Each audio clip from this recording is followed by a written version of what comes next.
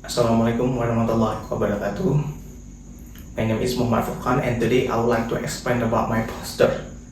The title is How Indonesia and Thai Communicate, a look at verbal and non-verbal differences. Communication is more than just speaking. It includes facial expression, gesture, body language, and eye contact.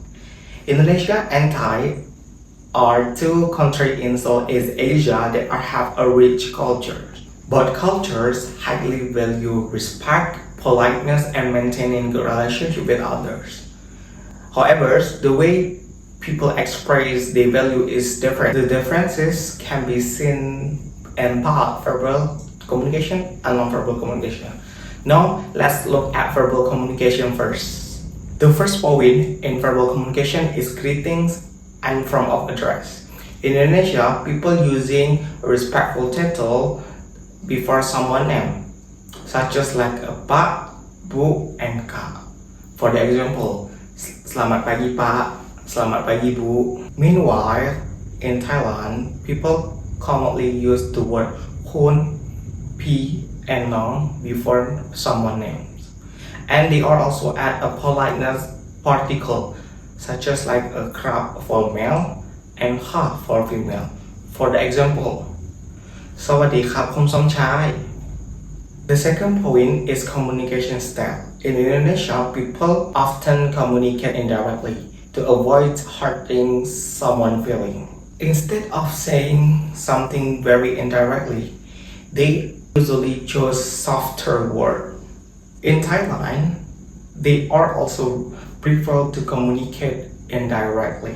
They usually open disagreement because maintaining harmony is considered very important in Thai culture.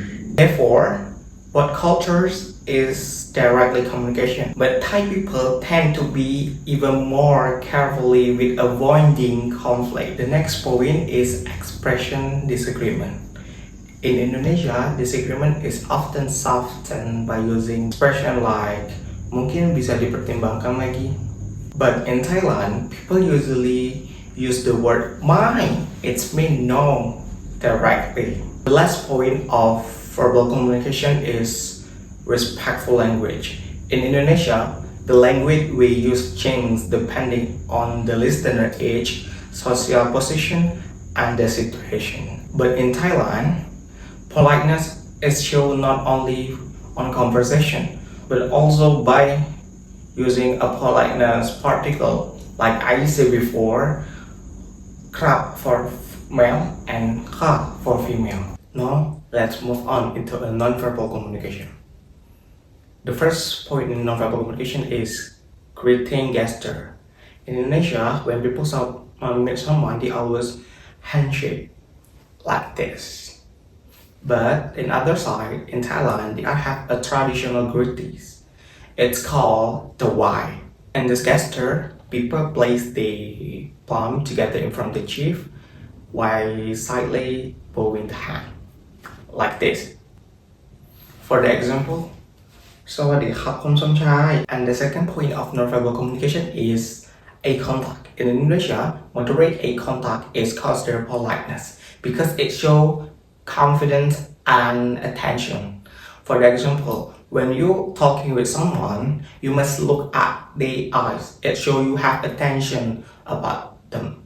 However, in Thailand, making prolonged eye contact with elders or people with higher status may be considered disrespectful, but lowering the eyes is a sign of respect. And next point is hand gesture. In Indonesia, they often move their hand while speaking to emphasize their idea. For the example, when the student have an idea or question, they often move their hand like this to share that they have a question or an idea. But in other side, Thai people generally use favor hand movement. The gestures are usually more controlled and less expressive. The last point of nonverbal communication is cultural meaning of body part. In Indonesia, there are only a few strict cultural rules regarding body part in daily interactive. For the example, pat pet In Indonesia, it means appreciation or you are do a great job. But in Thailand, the head is considered the most sacred part of body. Therefore, touching someone's head is considered impolite. And I would like to explain why my posture is related in English teachers. Because as a future English teacher, I would like to remember that learning English is not only about grammar and vocabulary. It's also about understanding different culture. By learning how Indonesia and Thai people communicate, students can become more aware of cultural difference. This awareness to help them to avoid misunderstanding with interaction with people from other countries. For the example, Indonesian people think that eye contact is always polite. However, eye contact with elders in Thailand is considered disrespectful. In the classroom, teacher can introduce real-life situation, role play, or discussion about different communication style. This will help students use English naturally and respond fully in international setting. And the conclusion is Indonesia and Thailand have many similarities because both culture is value respect, politeness, and harmony. However, they express their value in different ways through verbal and non-verbal communication. Understanding cultural differences doesn't mean one culture is better than others' culture. It helps us communicate more effectively, avoid misunderstanding, and build a strong relationship with people from different cultures background. Thank you for your attention. Assalamualaikum warahmatullahi wabarakatuh.